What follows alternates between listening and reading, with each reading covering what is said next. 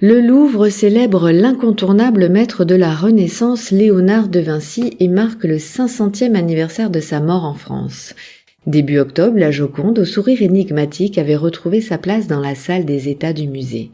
Tant de mystères tournent autour de cet homme incroyable, entre techniques du sfumato, composition, couleurs, gestes, allégories, thèmes et décors, tout est symbole, et l'on pourrait rester des heures à contempler ses œuvres pour tenter d'en décrypter le moindre message.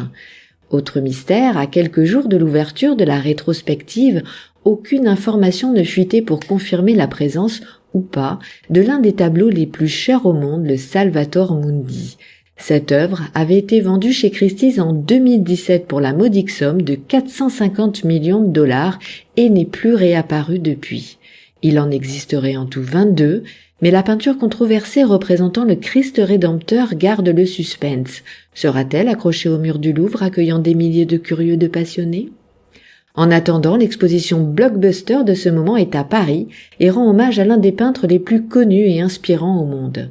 Le musée du Louvre a indiqué avoir prévendu près de 260 000 billets.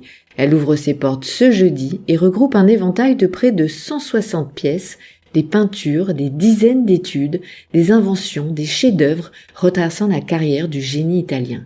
Il aura fallu tout de même 10 ans pour préparer cette mise en lumière. L'exposition est immanquable, à voir jusqu'au 24 février 2020.